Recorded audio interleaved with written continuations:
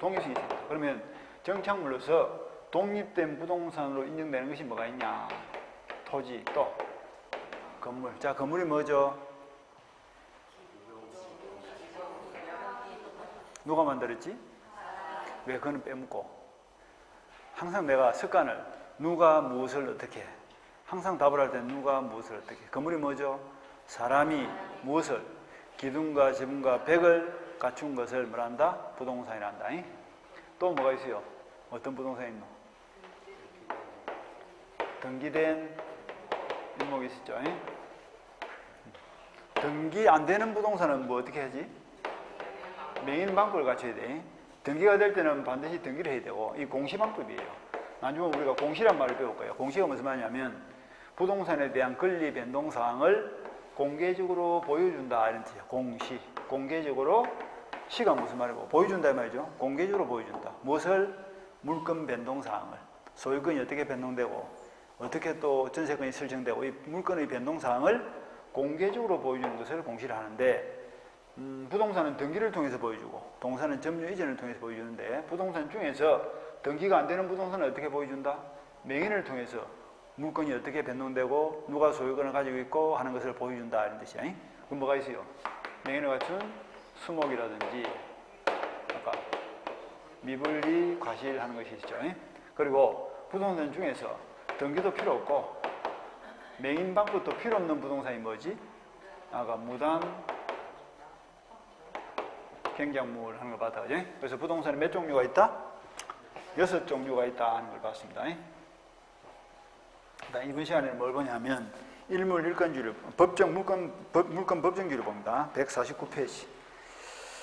149페이지 물권 법정주의 법전 185조를 보면 물권은 어떻게 정한다? 법률에서 정하거나 또는 관세법에서 정하는 이외에는 임의로 장사하지 못한다. 임의로가 무슨 말이요?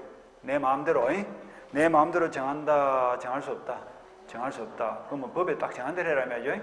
내 마음대로 정할 수 없다. 그러면 우리 민법이 인정하는 물권은 어떤 것이냐? 넘어갑니다. 넘어가니까 150페이지에 그림이 하나 보인다. 그죠? 이거 우리가 첫날 본 거예요. 첫날 우리가 엄청 봤어. 그러니까 첫날 공부가 1년 공부를 다 본 거예요, 그게. 그래서 첫날 수업이 쉬워, 어려워. 엄청 어렵다고. 첫날 수업. 그러니까 극복을 해야 돼. 그 부분이 극복돼 버리면 그다음부터는 그 틀에 맞추어서 그냥 쭉 따라가면 되는 거예요. 그러니까 첫날 수업을 계속 반복해서 보셔야 돼. 그걸 극복을 못하면 맨날 헷갈려, 민법. 자, 봅니다. 물권의 종류. 1번 점유권 돼 있고, 반대말이 뭐예요? 본권이죠. 본권이 무슨 말이냐면 사람이 물건을 지배할 수 있는 본질적인 내용, 이런 뜻입니다. 아까 우리 이걸 봤다, 그지?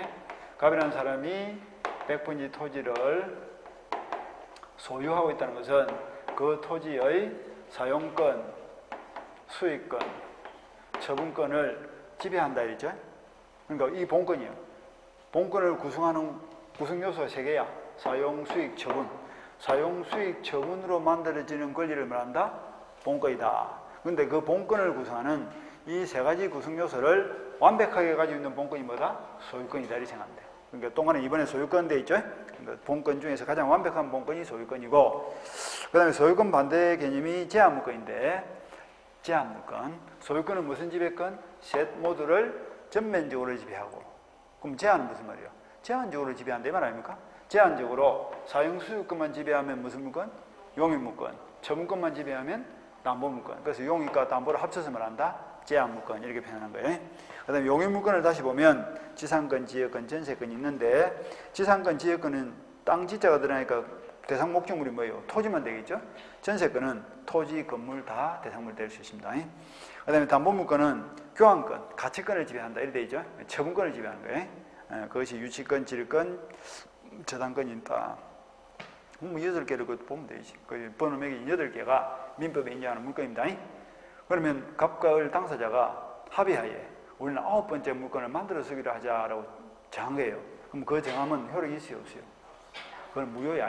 그러니까 종류는 요 8개로 딱 강제가 되기 때문에 그걸 위반하면 효력을 준다, 안 준다? 안 줍니다. 그 다음에 어디를 보시냐 하면 151페이지 중간 밑에 보니까 동그란 3번에 간섭법상의 물권 하는 말 보이죠? 그걸 찾았어요. 요거는 언제 들어가는 거냐면 이렇게 생각하시면 돼요. 민법은 사람이 정한 법입니다. 그러니까 완벽해요, 틈이 있어요. 공백이 있기 마련이에요. 사람이 완벽할 수가 없거든. 제 아무리 법을 잘 만들어도 틈이 있다고. 그 틈을 보충해 주는 것이 뭐다? 관습법이다. 이렇게 보면 돼. 관습법이다.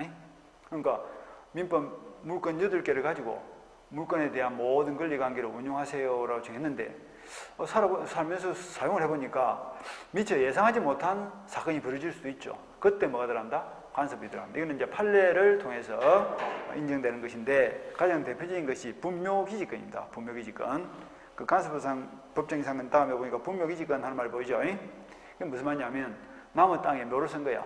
땅의 주인과 묘의 주인이 다른 거예요. 이 경우에 묘의 주인이 묘가 앉아있는 그 토지를 사용할 수 있는 권리가 분묘기지권인데 여기에 대해서는 민법에 규정이 있다 없다? 민법에 규정 자체가 없는 거예요. 그런데 현실적으로는 땅 주인하고 묘 주인하고 묘를 덜내라, 못 덜낸다, 다툼이 생겼을 때 법원이 재판해야 될 거 아닙니까? 재판을 하려고 하면 법은 마음대로 해야 돼, 기준이 있어야 돼. 기준이 있어야 되는데 민법에 규정이 있다 없다? 그에 대해서 규정 자체가 없는 거예요. 그때 들어가는 것이 뭐다? 관습법이다. 그래서 사회적으로 통용되는 관행이 계속된 판례를 통해서 규범화된 것이 관습법입니다. 관행이 누적된 판례를 통해서 규범화된 것이 관습법인데 이는 뭐 대부분 판례를 통해서 확립된 법칙이다 이렇게 보시면 돼요. 이게 관습법이에요. 그래서 법률의 규정이 없을 때 관습법으로 인정되는 물건도 있더라. 그래서 세 가지가 보이죠. 그래서 관습법상 법정지상권, 분묘기지권, 동산의 양도담보권 이런 것들이 가장 대표적인 관습법상의 물건이다. 그러니까 민법은 법률로서 물건의 종류를 정하거나 아니면 관습법으로 정하거나 이렇게 해야지 당사자가 마음대로 정할 수 없다. 여기까지 보시고. 그 다음 내려서 물건의 일반적 효력 되어 있죠. 자, 먼저 우선적 효력이라는 말이 보이죠. 아까 우리 물건은 절대권이고 강한 권리, 채권은 상대권으로서 약한 권리랬죠. 그래서 의문 보니까 물건은 배타적이고 독점적 권리로서 누구에 대해서나 우선적으로 정할 수 있다. 절대권이기 때문에 우선적으로 정된다. 누구보다 우선? 채권보다 우선 이런 뜻이에요. 그럼 우선순위가 어떻게 될 거냐 하는 건데 그 동안에 이번에 보니까 넘어가서 물건과 물건 사이에 우선순위 되어 있죠. 이건 이제 물건과 물건이 충돌됐을 때 이야기입니다.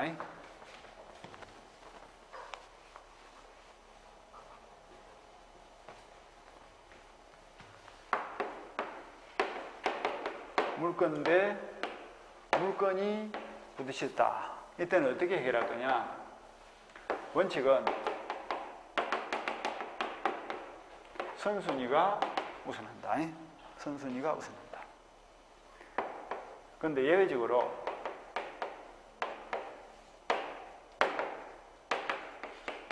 소유권과 제한물건이 부딪히면 언제나 일단은 제한물건이 우선한다. 오늘은 이 두 가지를 이해를 한번 해봅시다.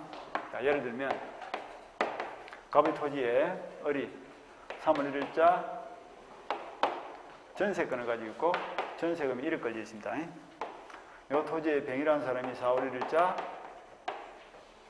저당권을 가지고 있고 피담보 채권 빌려준 돈이 7천만 원입니다. 그러니까 토지에 혹이 몇 개 붙었다? 전세권, 저당권 혹이 2개 붙은 거예요. 그런데 혹이 2개 붙은 토지가 갱매에 들어갔어. A라는 사람이 갱락을 받고 11월 1일 날 갱락 대금을 완납했다. 그럼 대금 완납과 동시에 갱매받은 사람이 바로 소유권이 지대했죠. 그럼 그 매각 대금에 대해서 을도 뱀도 배당 신청을 할 거 아닙니까? 그때 전세권도 물건이요, 채권이요? 용이 물건, 저당권은 물건이다, 채권이다. 담보 물건, 둘 다 물건이죠. 그러니까 물건자와 물건자가 제한된 대금에 대해서 먼저 내한테 돈을 주세요 이렇게 배당 신청했다고. 그럼 법원에서 누구한테 먼저 배당해 줄까? 이때는 물건과 물건이 충돌하면 빠른 날짜, 빠른 사람이 있습니다. 요거는 3월 1일자, 요거는 4월 1일자. 누가 먼저 받아가? 전세권자가 먼저 받고 남은 돈 있으면 저당권자 받는다. 그러니까 물건과 물건이 충돌하면 누가 우선? 선순위가 우선이다 할 말이 그런 뜻이에요. 1번 저당권, 2번 저당권이 있다. 누가 먼저 받아가? 1번 저당권이 먼저 받고 2번 저당권이 나중에 받는다. 전세권, 저당권도 마찬가지. 날짜 빠른 사람이 먼저 받습니다. 그래서 물건과 물건은 선순위가 우선이다. 됐죠? 그 다음에 소유권과 제한 물건이 충돌되면 언제나 제한물건이 우선이다. 이건 무슨 말이냐면 갑의 토지를 을이 전세금 1억을 맡기고 3년 기간 동안 빌려 쓰기로 전세금 설정 등기를 마친 거예요. 그런데 1년쯤 된 시점에서 갑이 을을 찾아와서 내 땅에서 나가주세요 했다니까. 그러니까 전세권자가 나간다 못 나간다? 못 나간다라고 거부를 했겠죠? 그러면 소유권하고 전세권이라는 제한물건이 충돌이 날 거예요. 그럼 누가 이겨요? 전세권자 이기겠죠, 그죠? 기간이 2년이 남아있잖아 지금. 그러니까 소유권과 제한물건이 충돌하면 언제나 제한물건이 우선한다. 그럼 3년 기간이 끝나버리면 어떻게 될까? 3년 기간이 끝나면 전세권 자체가 소멸해버리기 때문에 충돌이 발생한다 안 한다. 나가라면 나가야지. 어린 못 나간다고 붙을 수 없죠. 주가 없으니까. 그렇게 보시면 됩니다. 그래서 기억 봅니다. 물건 상호간에는 줄을 치고 누가 우선한다? 먼저 성립한 권리가 우선한다. 그래서 아까 말한 대로 전세권과 재산에 부딪히면 전세금이 빠르면 전세금이 먼저 반다 했죠. 그 다음에 디귿을 보세요. 소유권과 제한물권. 소유권과 제한물권 사이에서는 성질상 누가 우선한다? 제한물권이 언제나 우선합니다. 그리고 니은은 크게 지금 볼 필요 없어. 점유권은 내용이 없는 권리이기 때문에 충돌이 발생하지 않습니다. 사용수익 처분과 관계없는 권리이기 때문에 법원에 가서 뭐 배상 신청할 것도 없고, 그리고 점유권은 항상 공권을 만나면 나란히 병존하는 권리이기 때문에 충돌이 발생하지 않습니다. 그건 지금 안 봐도 됩니다. 그 다음에 양아로 2번 채권에 우선하는 권리 이래 되어 있다. 그지? 채권에 우선하는 효력. 그건 무슨 이야기냐면 물건과 채권이 부딪혔다 이런 뜻입니다.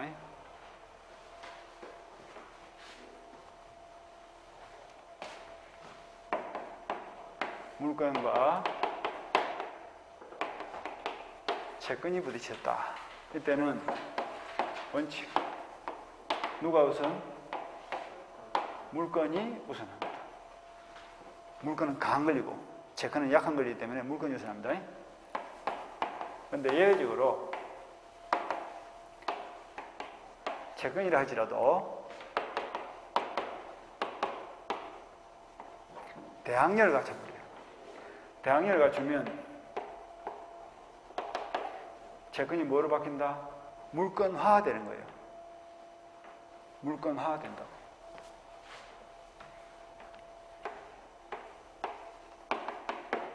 물건화된다. 물건화되기 때문에 물건이 부딪힌 것과 똑같은 현상이 발생합니다. 그래서 이때는 누가 우선? 선순위가 우선이다 하는 거 있어요. 선순위가 우선이다. 그 다음에 나중에 우리가 저기 좀 더 깊이 들어가면 이런 걸 배울 거예요. 특수한 채권이 있어. 최우선 변제가 인정되는 채권이 있습니다. 요거는 날짜를 안 따지고 언제나 뭐다? 채권이 우선입니다. 그때는 언제나 채권이 우선인 경우도 있다. 이 특수 채권이에요. 우선 변제는 날짜를 따져서 빠른 사람이 우선한다 이런 뜻이고, 최우선 변제는 뭐다? 날짜와 관계없이 언제나 우선이다 이런 뜻입니다. 가로 있는 사람이 건물에 을이 3월 1일 날 임차권을 설정하고 임차 보증금이 1억 걸렸습니다. 그런데 병이라는 사람이 7천만 원 빌려주고 4월 1일 날 저당권을 설정받았다. 자, 임차권은 물건이요, 채권이요? 아까 물건 8개 머릿속에 들어갔죠? 물건 8개 뭐더라? 점유권, 소유권, 지상권, 지역권, 전세권, 유치권, 질권, 저당권, 용물권 3개, 담보물권 3개, 6개 하고, 그 다음에 점유권, 소유권 2개를 보통에 몇 개야? 8개죠, 그지? 그 8개가 민법인자 물건이야. 8개 속에 안 들어가면 뭐라고요? 채권인 거예요. 그러니까 그 8개 임차권 안 들어가죠? 그러니까 이거는 성질이 뭐예요? 채권이고, 저당권은 담보물건이죠? 이거는 물건이에요. 그렇게 된 상태인데, 혹이 2개 붙은 요 건물이 10월 1일 날 누가 개매를 넣었던 개매에 들어간 거야. 개매에 들어가서 A라는 사람이 11월 1일 날 개매를 받고 대금이 나왔다고. 여기에 임차권자도 배당 신청을 하고 저당권자도 배당 신청했다. 그럼 누가 먼저 받아갈까? 저당권자가 먼저 받는 거예요. 날짜는 저당권이 한 달 늦죠. 늦어도 요거는 물건이고 요거는 채권이기 때문에 물건과 채권이 충돌하는 물건이 우선이다. 저당권자가 먼저 받고 남은 돈이 있으면 임차권자가 받는다. 요 가지가 뭐예요? 원칙입니다. 원칙. 그런데 이 임차권자가 채권이지만 임차권 등기를 해버렸다. 그럼 어떻게 될까? 임차권 등기를 하면 이것이 뭐가 돼? 물권화가 되는 거예요. 물권처럼 약한 권리, 강한 권리, 강한 권리로 바뀌는 거예요. 등기를 해버리면, 임차권도 등기를 해버리면. 그런데 경매에 들어왔다. 등기된 임차권자도 배당 신청하고 저당권자도 배당 신청했다. 누가 먼저 받아갈까? 이것도 물권처럼 지급이 되기 때문에 강한 권리가 돼요. 그러니까 물권과 물권이 충돌한과 똑같이 지급하는 거예요. 누가 먼저 받아? 빠른 사람이 먼저 받겠죠. 이때는 임차권이 먼저 받고 저당권이 나중에 받는 거예요. 여기 요겁니다. 임차권 같은 채권을 할지라도 대항력을 갖췄다. 등기를 해보면 대항력이 생기는 거예요. 이 대항력이란 말도 무슨 말이냐면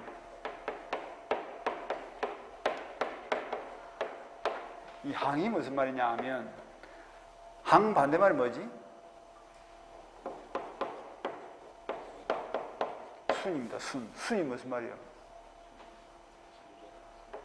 순자 말자 순자 뭐 이런 말 쓰잖아. 순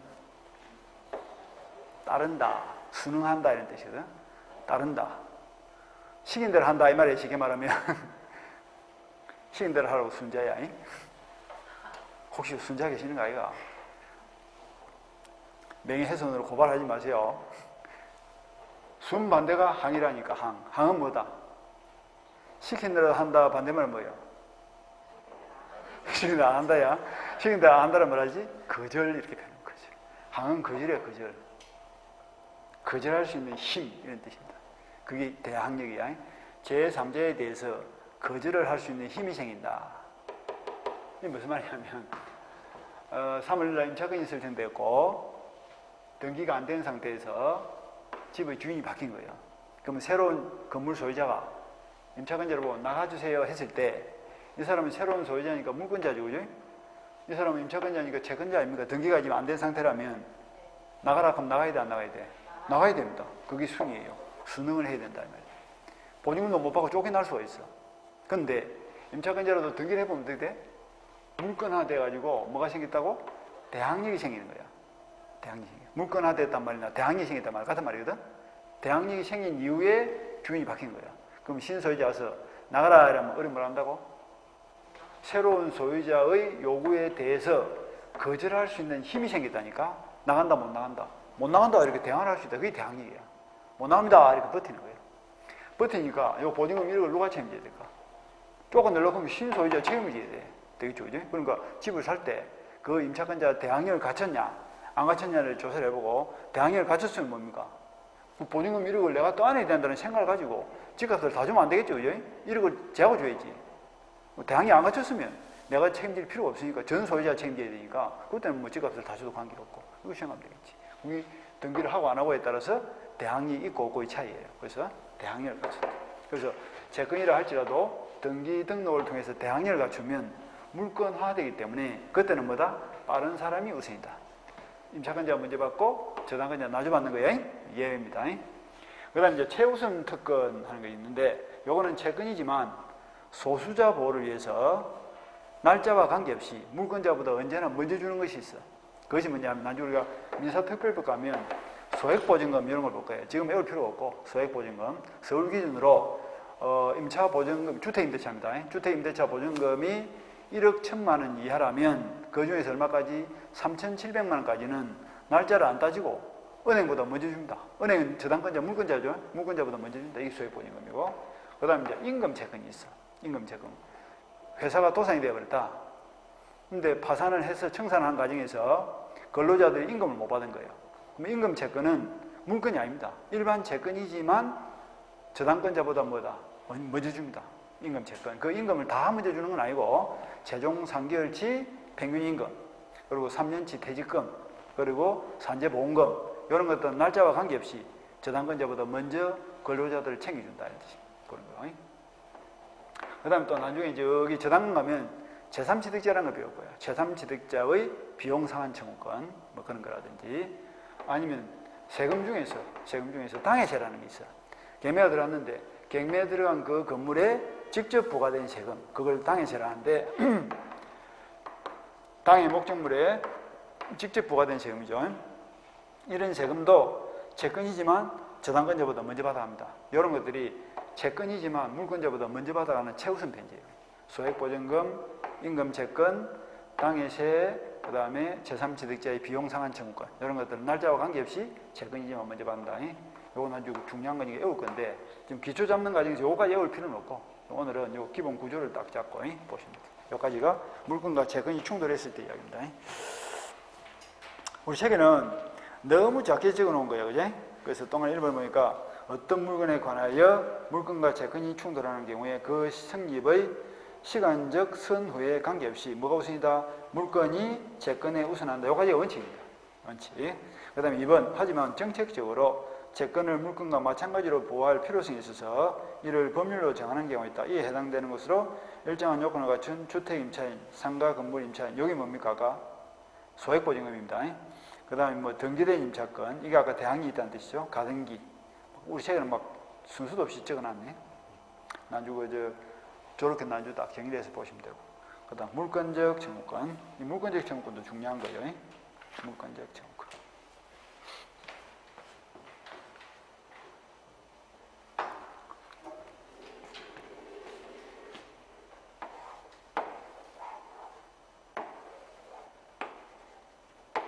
여기 물건이고, 요 물건을 둘러싸고 있는 것이 뭐다? 물건적 청구권이다. 이렇게 보시면 됩니다. 물건적 청구권. 굳이 비유를 하자면, 여기 엄마 배야, 배. 배. 여기 뭐라고? 태하고, 요것이 태하고, 태하를 둘러싸고 있는 것이 뭐다? 양수다. 이렇게 생각한대. 양수가 하는 역할이 뭐죠? 태아를 보호하는 역할을 하잖아. 외부 충격이라고. 질병으로부터. 양수가 태아를 보호하는 역할이죠. 똑같은 구조예요. 요것이 태아고, 요것이 양수다. 양수가 태아를 보호하듯이 물권적 청구권은 물건을 보호하는 역할을 한다. 이렇게 생각합니다. 물건을 보호하는 역할. 물건을 둘러싸고서 물건을 보호하는 역할을 하는 것이 물권적 청구권입니다. 구조가 그렇다. 그러면 그래서 이 물권적 청구권을 다른 말로 뭐라 한다?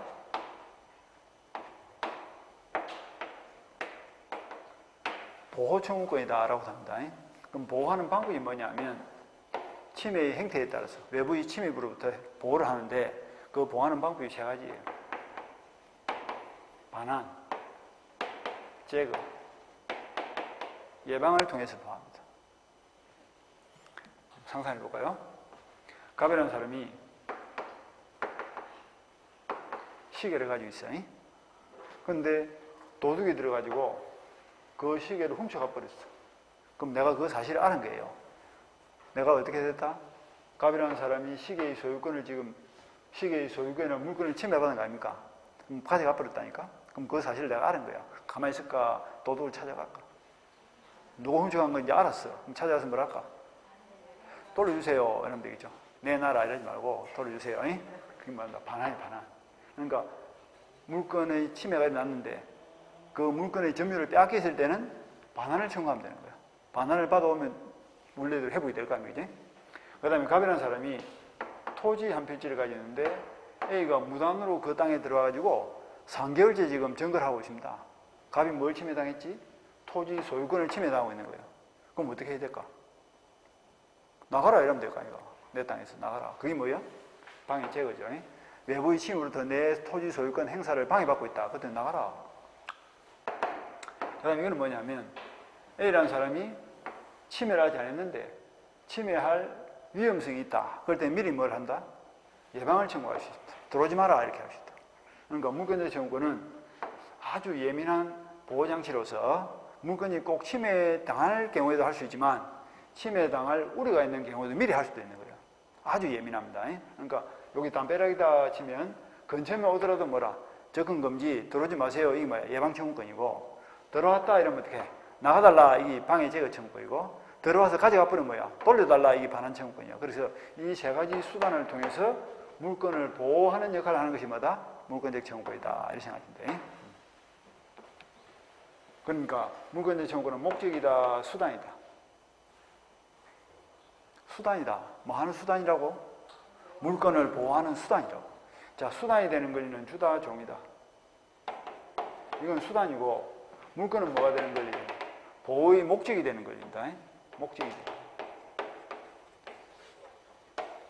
자, 수단은 주다, 종이다. 주종으로 따지자면. 수단은 종이지, 종. 목적은 주가 되는 거예요. 그래서 물건과 물건적 채무권은 무슨 관계에? 주종 관계로 연결됩니다. 주종 관계. 그러니까 주가 가면 종도 뭐예요? 따라가야지. 주인이가 이제 종이 안 따라가면 되나? 종이 하는 역할이 주인 돌려서 따라다녀야지. 따라다니면서 주인이 무슨 위험에 처하든지 이런 뭐야. 딱 보호를 해야 될까, 이거. 호위무사 이런 거 있다, 이거 왜? 주종 관계. 주가 죽으면 종은 어떻게 해? 따라 죽어야지.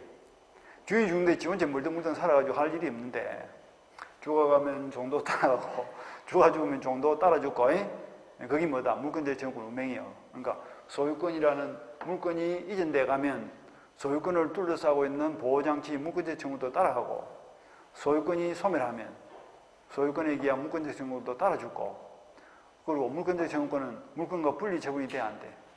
분리 처분도 안 돼. 종은 주인과 분리되면 안 된다니까.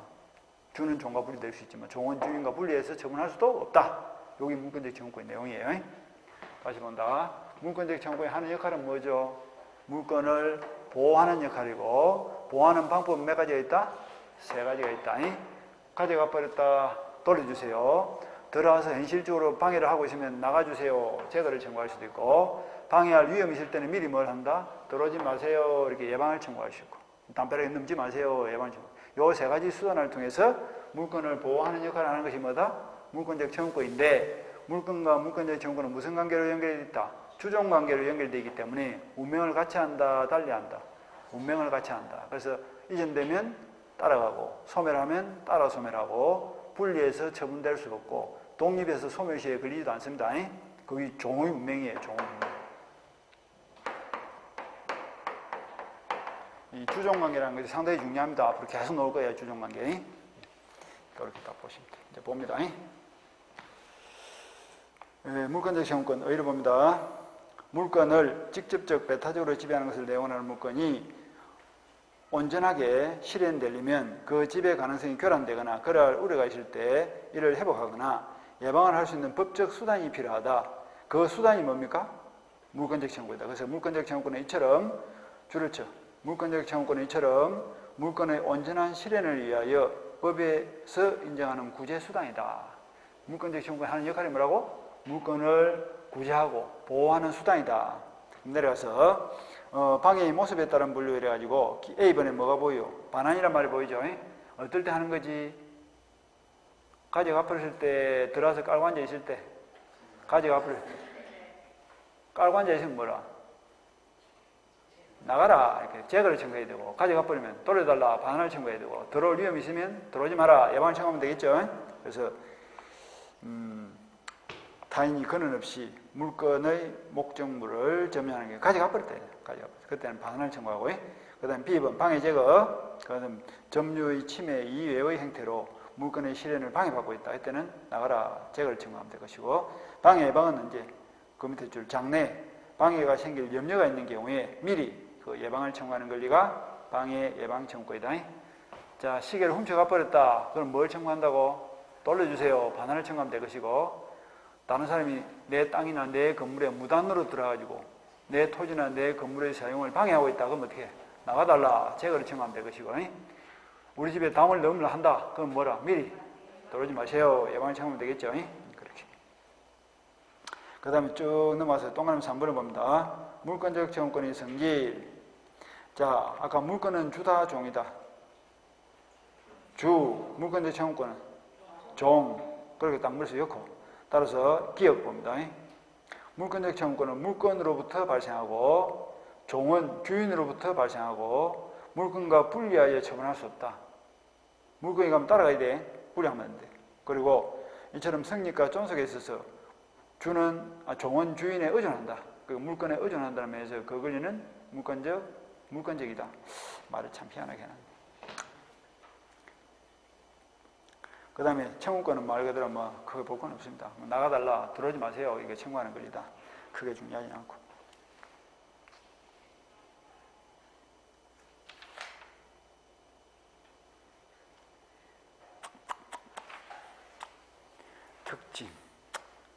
크게 특징은 나중에 이런 거예요. 이게 무슨 이야기냐면 물건 아까 절대권이요, 상대권이요? 물건은 절대권. 주가 절대면 종도 절대권입니다. 절대권이니까 상대방이 정해져 있다. 누구에게나 주장한다. 누구에게나 중요하지. 내 시계를 A가 가져면 A한테 돌려달라. B가 가져면 B한테 돌려. 상대방이 안 정해져 있는 거야. 누구든지 내 권리를 침해하면 주장할 수 있는 절대권이다. 그런 뜻이고. 요건이 단순성대인데 말이 어려워요. 말을 어렵게 할 필요 없어. 그러니까 누구에게나 주장할 수 있고 내 권리가 침해당하고 있으면 누구에게나 주장할 수 있다. 그리고 상대방이 고의가 싫은 건 아닙니다. 절대권이기 때문에 누구에게나 예외 없이 주장할 수 있다. 다른 건 안 봐도 되겠습니다. 중요한 거는 빠져버렸네요. 나중에 본 수업 들어가서 다시 보기로 하고. 그것까지 봤고요. 그 다음에 넘어가서 156페이지를 봅니다.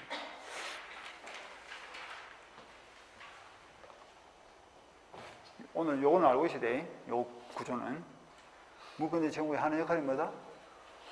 물건을 보호하는 역할인데 보호하는 방법 몇 가지 있다? 세 가지 방법으로 보호하고 물건과 물건의 정부는 무슨 관계다? 주종관계로 연결되기 때문에 물건이 이전되면 소유권이 넘어가면 소유권을 보호하는 종들도 따라가고 소유권이 소멸하면 종의 역할이 필요 없잖아요. 이제 따라 죽고 그 다음에 종은 주인과 분리해서 처분할 수 있다? 없다? 없다. 따로 놀면 안 되는 거야. 항상 따라돼야 돼. 대통령은 굳이 비유를 하자면 그렇게 비유하면 안 되는데 굳이 비유를 하자면 대통령은 뭐야? 주, 경호원은 종이라면 되지. 경호는 종은 아닌데 하여튼 그렇게 비유하죠. 이러면 하도 이해를 못하면 알아듣겠지? 대통령은 주, 경호원은 종. 대통령이 가면 경호원은 따라가고 경호원 혼자 놀러 다니면 돼? 안 돼? 분리되면 안 돼. 대통령 뭐 가만히 있어서 내 놀다 올게 이러면 안 된다니까.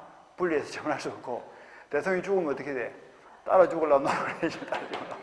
그걸 생각하면 되겠네. 옛날에 그 순장 이런 게 있었다 아이가. 순장제도 있었죠, 그지? 사만시대 때 왜 순장 이래가지고 이 주인이 죽으면 종들도 막 따라 죽고 생매장을 하고 했잖아. 진시 황제는 몇백 명, 몇천 명을 생매장을 했답니다. 넘어가서 이제 156페이지 봅니다. 물건의 변동. 물건 변동과 공시되어 있다, 그지? 공시. 요거는 이제 구조가 이렇습니다. 당사자, 목적, 의사표시가 모여서 법률 행위를 하고 이것이 완벽하게 1단계 승인요건과 2단계 효용요건을 갖추면 그 결과 권리 변동이 발생한다. 첫날 배운 게 계속 따라다닌다니까. 이제 말을 바꿔봅시다. 이 법률 행위 자리에다 뭘 꽂히면 될까? 물자를 이어주면 돼. 권리 변동 자리에다 뭘 이어주면 될까? 물자를 이어주면 되겠죠, 그지? 그럼 어떻게 될까? 물건 행위의 당사자가 물건적 목적을 가지고 물건적 의사표시를 통해서 물건 행위를 하면 물건 변동이 일어난다. 그렇게 하면 된다니까. 똑같아요, 구조가. 똑같은 구조를 계속 반복하고 있는 거예요. 그 물건 변동이 일어나게 된 원인이 뭐냐? 법률 행위를 통해서 물건 변동이 일어나는 경우도 있지만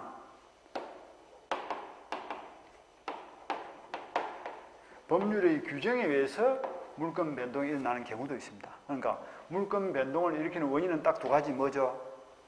법률 행위를 통한 물건 변동이 있고 그게 법률 행위가 물건 행위야. 법률 행위를 통한 물건 변동이 있고 법률 행위를 하지 않더라도 법률의 정한 요건이 갖춰지면 당연히 물건 변동이 일어나는 경우가 있다. 자, 그게 무슨 말인가? 갑이라는 사람이 토지 100번지를 을가 3월 1일 날 매매 계약을 맺고 대금 1억에 5월 1일 날 이행을 하기로 했다. 우리 첫날 배운 거죠? 이행이 무슨 행위입니까? 물건 행위죠, 그죠? 그럼 5월 1일 날 이행 날짜가 되면 을은 갑에게 대금 1억을 지급할 것이고 갑은 을에게 소유권 등기를 넘겨주겠죠? 그러면 갑에게 있던 소유권이 어디로 갑니까? 을에게 넘어갈 거 아닙니까? 소유권은 물건이요, 채권이요? 물건이죠. 그러니까 갑에게 있던 소유권이라는 물건이 등기를 통해서 을에게로 넘어갔단 말이야. 물건 변동이죠. 그런데 물건 변동이 왜 일어났어요? 매매 계약이라는 법률 행위를 했기 때문에 물건 변동이 일어난 거 아니냐. 이 물건 변동을 말한다? 법률 행위를 통한 물건 변동이다. 이렇게 표현한다고. 그때는 뭘 해야 된다? 등기를 해야 되는 거예요. 등기. 등기가 뭐냐면 공시야, 공시. 이게 공시 방법입니다. 갑에게 있던 토지 소유권이 을에게로 왜 넘어갔는지, 언제 넘어갔는지 이걸 공개적으로 보여주는 것이 공시인데 등기를 했을 때 물권 변동이 납니다. 그런데 갑이라는 아버지가 토지 한 필지를 소유하고 있다가 3월 1일 날 사망을 했어. 사망과 동시에 뭐가 될까? 상속이 되겠죠? 그럼 상속이 되면 을이라는 자식한테 뭐가 넘어갈까? 소유권이 넘어갈 거 아닙니까? 이것도 물권 변동이 아니야. 갑에게 있던 소유권이라는 물권이 을이라는 아들한테로 넘어갔으니 이것도 물권 변동이죠? 그런데 왜 넘어가세요? 상속을 통해. 상속. 자, 아버지와 아들이 계약을 맺은 바가 있어 없어? 법률행위를 한 건 아니죠? 상속이라는 법률의 규정에 의해서 등기도 필요하다 필요 없다. 등기도 필요 없어. 시간이 걸려 안 걸려? 안 걸려. 사망하면 자식이 아버지가 무슨 땅을 가지고 있는지 무슨 권리가 있는지 몰라도 그대로 몽땅 넘어가는 거예요. 그게 상속입니다. 이게 뭐야? 법률의 규정이야. 등기도 필요 없어. 그러니까 물건이 변동되는 행태는 딱 두 가지. 계약을 맺어서 넘어가는 경우가 있고 계약을 맺지 않더라도 법률에서 정한 요건이 갖춰지면 당연히 넘어가는 경우도 있다. 차이점은 법률행위를 통한 경우에는 등기를 해야 되지만 법률의 규정에 의한 경우는 등기 필요하다 필요 없다. 필요 없다. 이 큰 구조가 있습니다. 가장 큰 덩어리가 요거다. 이거. 요거는 등기를 해야 되고 요거는 등기가 필요 없다. 등기가 필요 없다. 이렇게 하면 되겠다. 그리고 요게 어을 거예요. 공판상 등기 187조 이렇게 올 겁니다. 큰 그림입니다. 요거부터 먼저 보시고. 자, 이제 공시를 보겠습니다. 물권 변동의 요거는 그냥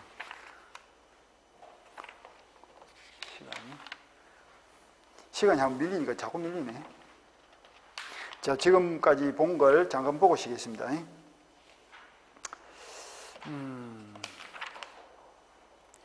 어디를 보시냐면 160페이지 한번 보세요. 160페이지를 보시면 큰 타이틀 제2질에 부동산 물건의 변동 되어 있죠.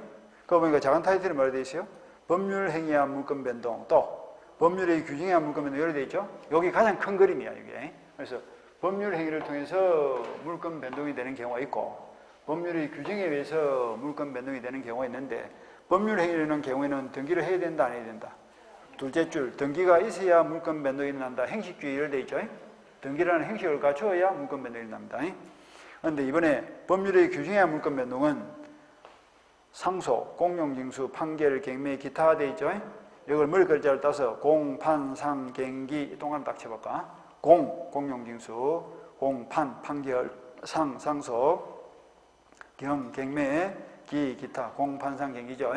공, 판, 상, 갱기에 의해서 물건 변동이 날 때는 등기 필요하다 필요 없다. 등기 첫째 줄것 선물이 물건의 취득은 등기를 요하지 아니한다. 그러나 등기를 하지 않으면 처분하지 못한다 이렇게 되죠. 그러니까 자식이 아버지로부터 상속을 받을 때는 등기 필요하다 필요 없다. 등기 필요 없어. 자식한테로 소유권이 바로 넘어옵니다. 근데 넘겨받은 소유권을 자식이 제3자에게 팔고 싶다 그때 어떻게 되니까 매매 계약을 맺고 매매는 뭐야? 법률행위니까 등기 해줘야 되겠죠. 등기 해줘야 돼. 취득할 때 등기 필요 없다 이 말이죠. 공판상경기 큰 그림이 이렇습니다. 두 개를 먼저 딱 보고 여기 해당되는 것 등기 필요 없고 법률행위를 하는 경우에는 등기를 해야 된다. 매매 계약을 맺는 말도 등기해야 된다는 뜻이죠. 그 그림을 먼저 보고 나서 그 다음에 이제 앞으로 들어와서 이제 공시방법을 보면 될 거예요. 156페이지 공시방법을 보면 돼요.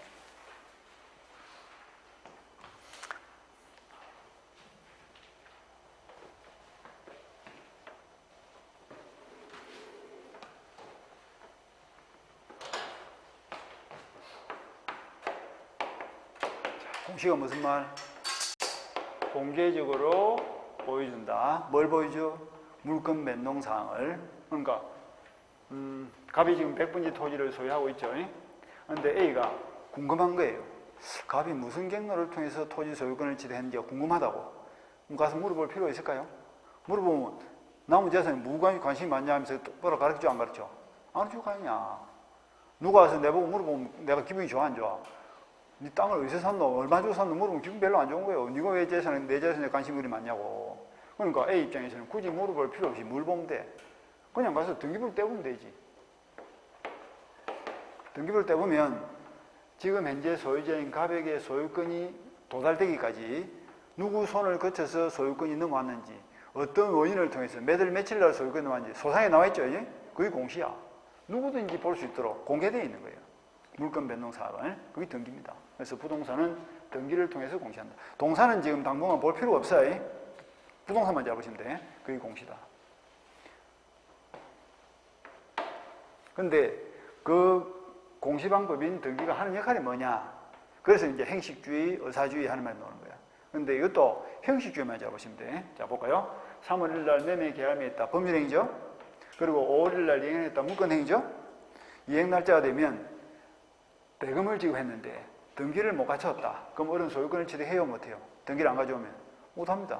그런데 대금을 반만 주더라도 등기를 넘겨받으면 소유권을 취득해요, 못해요? 합니다. 그게 행식주의야. 그러니까 물건 변동은 뭐가 필요하다? 등기라는 행식을 갖춰야 된다.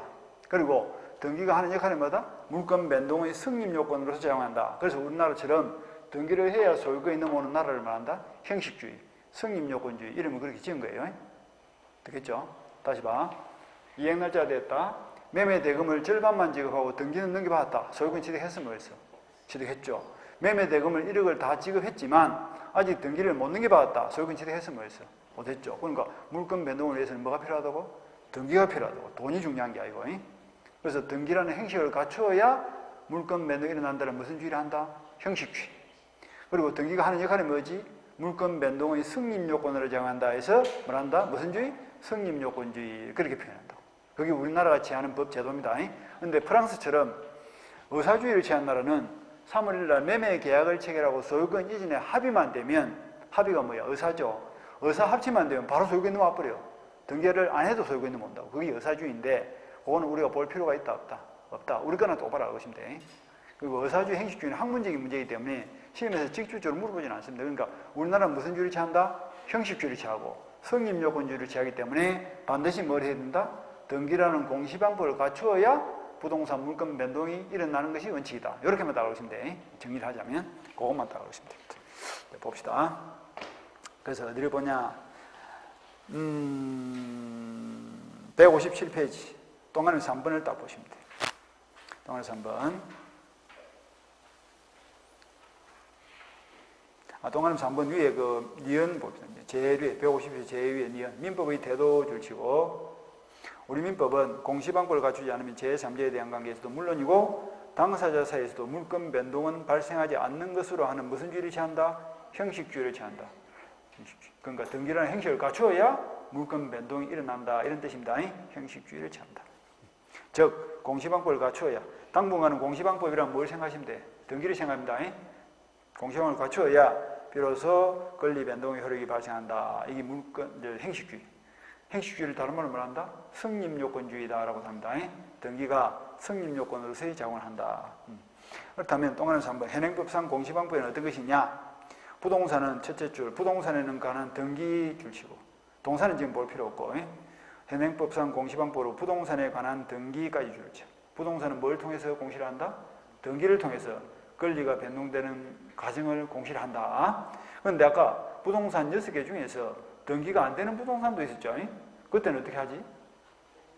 그 밑에 줄 맹인방법이라면 되겠죠. 셋째 줄에 보니까 맹인방법 이런 말이 보이죠. 그래서 수목의 집단이나 미분리 가실에 관해서는 간섭법상 맹인방법을 통해서도 권리 변동 사항을 공시할 수 있죠. 그러니까 사는 갑의 것인데 3월 1일부로 빨간 페인트 칠된 나무 1번부터 3번까지 을에게 팔린 나무다.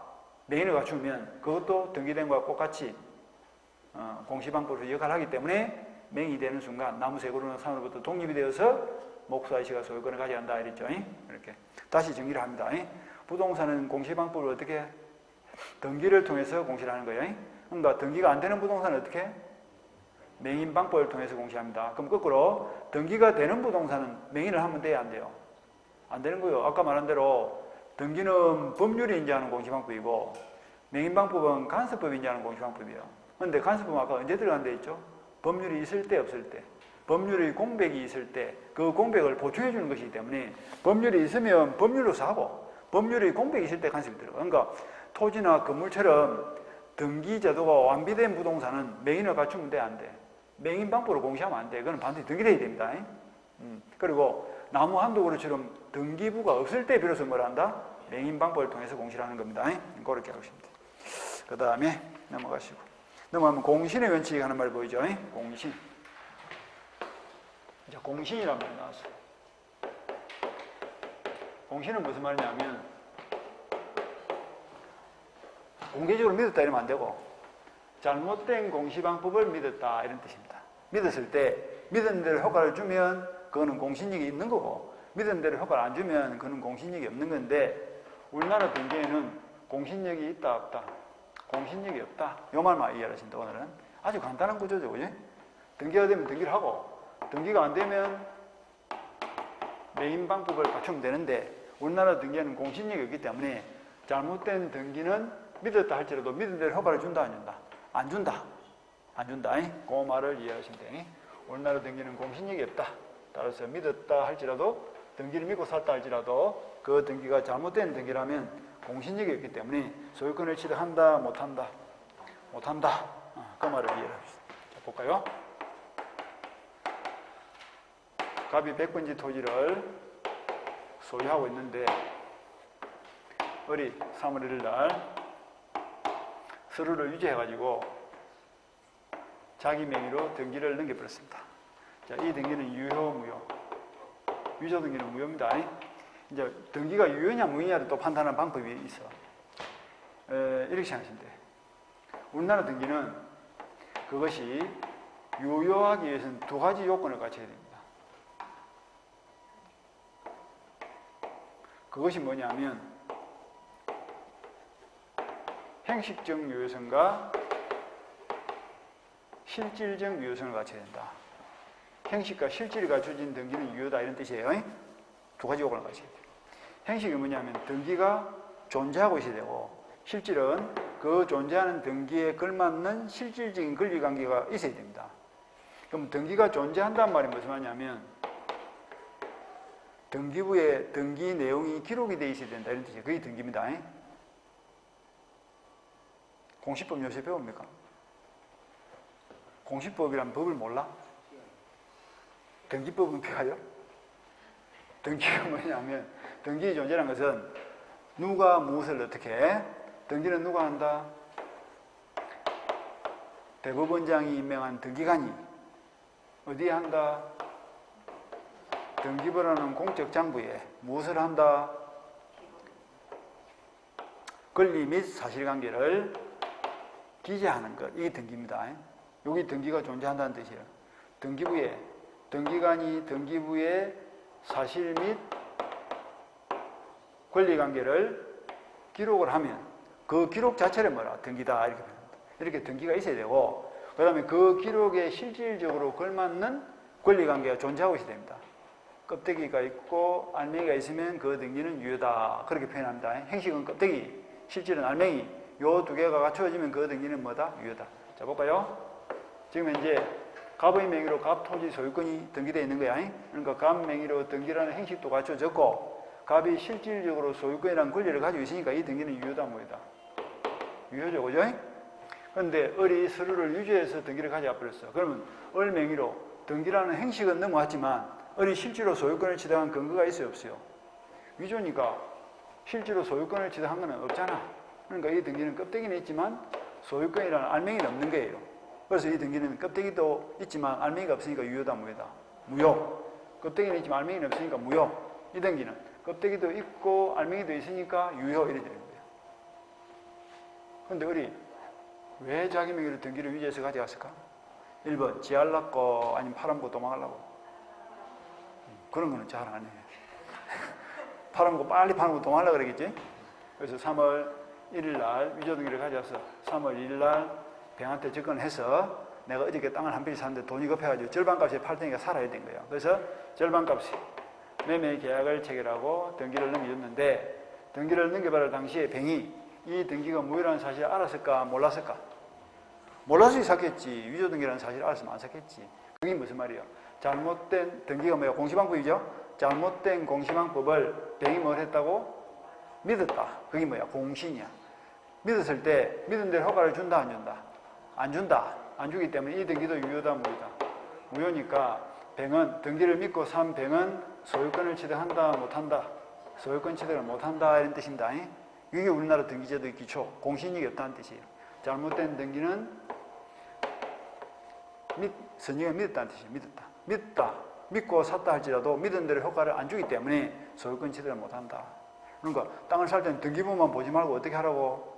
현실적으로 그 땅에 가서 이웃 사람한테 물어보고 실질적으로 탐문을 해보고 살아.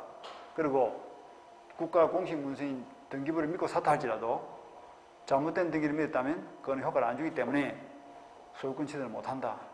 국가가 손해배상도 안 해줍니다. 땅은 네가 알아서 잘 살아 이런 뜻이에요. 불안해 안 불안해? 이제 막 불안한 거야. 아파트를 살 때 이 등기를 믿고 샀는데 등기 말고 믿을 게 뭐 있냐고. 사는데 이 소유자가 아니라면 소유권 취득 못할 수가 있다. 근데 왜 이런 제도를 두고 있냐면 이건 선택의 문제예요. 만약에 공신력을 인정한다면 어떻게 될까? 잘못된 등기를 믿은 대로 효과를 준다면 믿은 사람이 소유권을 취득해버리겠죠? 소유권을 취득한단 말은 진정한 소유자는 소유권을 잃게 된다는 뜻이에요. 그럼 누가 피해를 봐? 진정한 소유자가 피해를 보는 거야. 내가 토지를 소유하고 있는데 나도 모르는 새에 위조가 되어가지고 요놈이 팔아먹고 도망갔는데 제3자인 병은 그 사실을 모르고 사가지고 소유권을 가져간다면 가만히 있는 소유자가 피해를 볼 수 있다고. 그럼 부동산 거래, 부동산 소유권이 안정, 불안정. 엄청나게 불안정한 결과가 나오겠죠. 그래서 진정한 소유자 보호를 위해서 우리나라 등기에는 공신력을 준다, 안 준다? 공신력을 안 준다. 만약에 공신력을 준다면 제3자는 보호가 되겠지만 진정한 소유자가 보호가 안 될 것이고, 우리나라처럼 공신력을 안 준다면 제3자 병은 보호가 안 되겠지만 진정한 소유자는 보호가 되겠죠. 그런데 우리나라는 법을 정할 때 누구를 보호하는 쪽으로 선택을 했다? 진정한 소유자를 보호하는 쪽으로 선택했기 때문에 공신력을 안 준다 이런 취지입니다. 그러니까 공신력을 안 준다는 게 나쁘다, 좋다 이런 뜻이 아니고 누구를 보호할 것이냐의 문제인데 우리는 진정한 소유자를 보호한다. 독일 같은 나라에서는 공신력을 인정합니다. 독일은. 그러니까 독일은 등기를 믿고서 믿은 대로 효과를 주고 진정한 소유자는 소유권을 잃게 되고 대신에 국가가 진정한 소유자에게 보상을 다 해줘요. 등기를 국가가 잘못한 책임을 져가지고. 그런데 우리나라는 그런 제도가 없어. 그러니까 우리나라 등기는 공신력이 없다. 요까지를 봤습니다. 간단하게 줄이면 잘못된 등기는 믿으면 믿은 대로 효과를 준다, 안 준다? 안 주기 때문에 잘못된 등기를 믿고 사더라도 소유권 취득을 한다, 못 한다? 못 한다. 그렇게 알고 싶습니다. 그래서 그것도 공신의 원칙 동안에 2번을 봅니다. 민법의 태도. 기억, 부동산 물권 변동에서 A번 공신의 원칙을 채택하지 않는다 줄치고, B번 즉 진정한 거래자의 보호를 중시하고 그에 따라 거래 안전이 희생되는 것을 감수할 수밖에 없는 법 체계를 가지고 있다. 우리나라 법 체계가 그렇습니다. 그리고 밑에 동산 이런 거는 볼 필요가 없습니다. 오늘 본 부분은 줄친 부분 딱 거기 포인트예요. 그걸 정확하게 알고 있습니다. 자, 여기까지 보시고 그 다음에 조금 쉬었다가 계속 하도록 합니다.